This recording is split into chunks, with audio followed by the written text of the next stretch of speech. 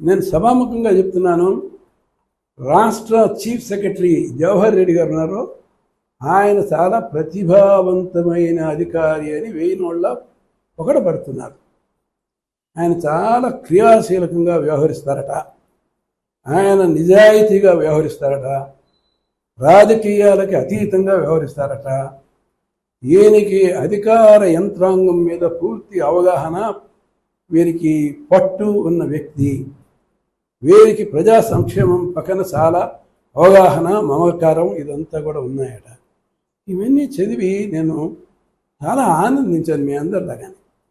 ఇంత సమర్థుడైన, ఇంత ప్రతిభావంతుడైన అధికారిని మనం పెట్టుకుని మనం ఎందుకు ఈయన్ని విశ్వసించట్లేదు, ఈయన్ని ఎందుకు సందేహిస్తున్నాము, ఇది న్యాయమా అనే ఒక ప్రశ్న అయితే వ్యక్తం చేసిన మాట నిజం. అంచేత ఇది చావో రేవో కాలం. పంపిణీ కనుక సమానంగా సక్రమంగా కనుక చేసినట్లయితే రేవే, లేకపోతే చావే అని చెప్పి నేను సభాముఖంగా మనవి చేస్తున్నాను.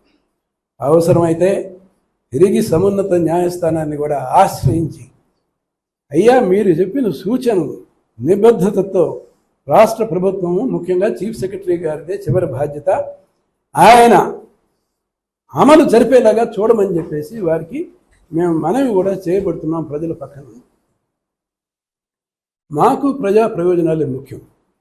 చివరిగా నేను ముగించే ముందు ఈ వాలంటీర్ల వ్యవస్థ గురించి నేను చెప్పాను. నేను వాలంటీర్ వ్యవస్థకి నేను కానీ, లక్ష్మణ్ రెడ్డి గారు కానీ, రంగయ్య గారు కానీ, సిఎఫ్డిలో ఉన్నవారు ఎవ్వరూ కూడా వ్యతిరేకం కాదు.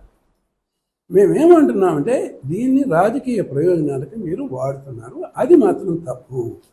73, 74 రాజ్యాంగ సవరణకి దానికి విరుద్ధంగా వ్యవహరిస్తున్నారు, అది తప్పు. ఎన్నికైన ప్రజాప్రతినిధులకి వీరు జవాబుదారీగా ఉండాలి, అది లేదు. అంచేత వ్యవస్థాగతంగా దాన్ని సరిచేయండి, వీళ్ళ రాజకీయాలకు దూరంగా ఉంచండి, వీళ్ళని ప్రభావితం చేయొద్దు అని చెప్పి మాత్రమే మేము చెప్పాం. నిరుద్యోగంలో నుంచి వచ్చిన యువత వీళ్ళందరి మీద నాకు 3 లక్షల మంది యువత మీద అపారమైన సానుభూతి ఉంది. 5,000 రూపాయలకి కేవలం వాలంటీర్స్గా పనిచేస్తూ ముందుకు వెళ్ళలేక వెనక్కు లేని పరిస్థితుల్లో ఈ వాలంటీర్లు ఉండటం చాలా బాధాకరం. వాళ్ళని రాజకీయ ప్రయోజనాలకి ప్రేరేపించి వాళ్ళని స్వార్థ ప్రయోజనాలకి వాడుకోవటం ఇంకా శోచనీయం, అధర్మం, అనైతికం, రాజ్యాంగ స్ఫూర్తికి విరుద్ధం. చేత నాకు కూడా చాలామంది చెప్తున్నారు, చాలామంది వాలంటీర్లు రాజీనామా చేయమని చెప్పి ప్రభుత్వ పెద్దలే ప్రోత్సహించి, మేము అధికారంలో గనక వచ్చినట్లయితే తిరిగి మొట్టమొదటి నిర్ణయం తీసుకునేది వీళ్ళ పునర్నియామకం.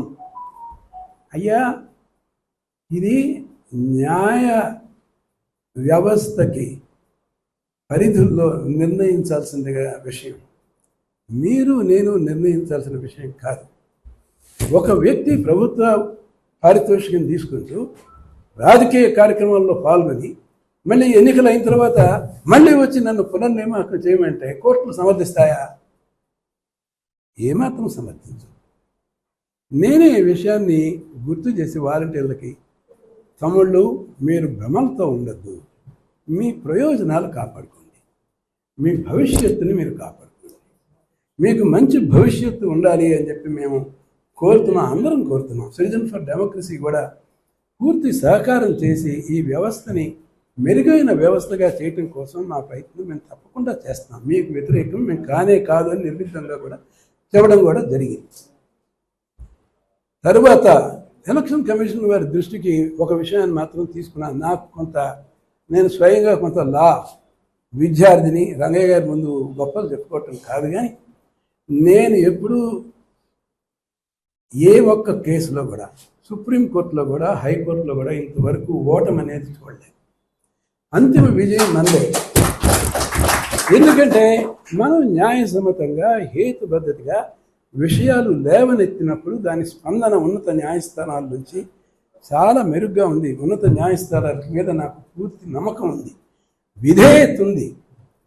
ఉన్నత న్యాయస్థానాలని నేను సంపూర్ణంగా గౌరవిస్తాను. ప్రతి ఒక్కరూ ఉన్నత న్యాయస్థానాలను గౌరవించాలి, అప్పుడే రూల్ ఆఫ్ లా అనేది ఉంటుంది అని చెప్పి నేను సభాముఖంగా మనవి చేస్తూ, వారి ముందు మేము లేవనెత్తిన అంశం కానీ ఈసీఐ ముందు లేవనెత్తిన అంశం ఏంటంటే ఇది సాంకేతికమైన ఇష్యూలు, దీంట్లో న్యాయసమ్మతమైన ఇష్యూలు ఉన్నాయి.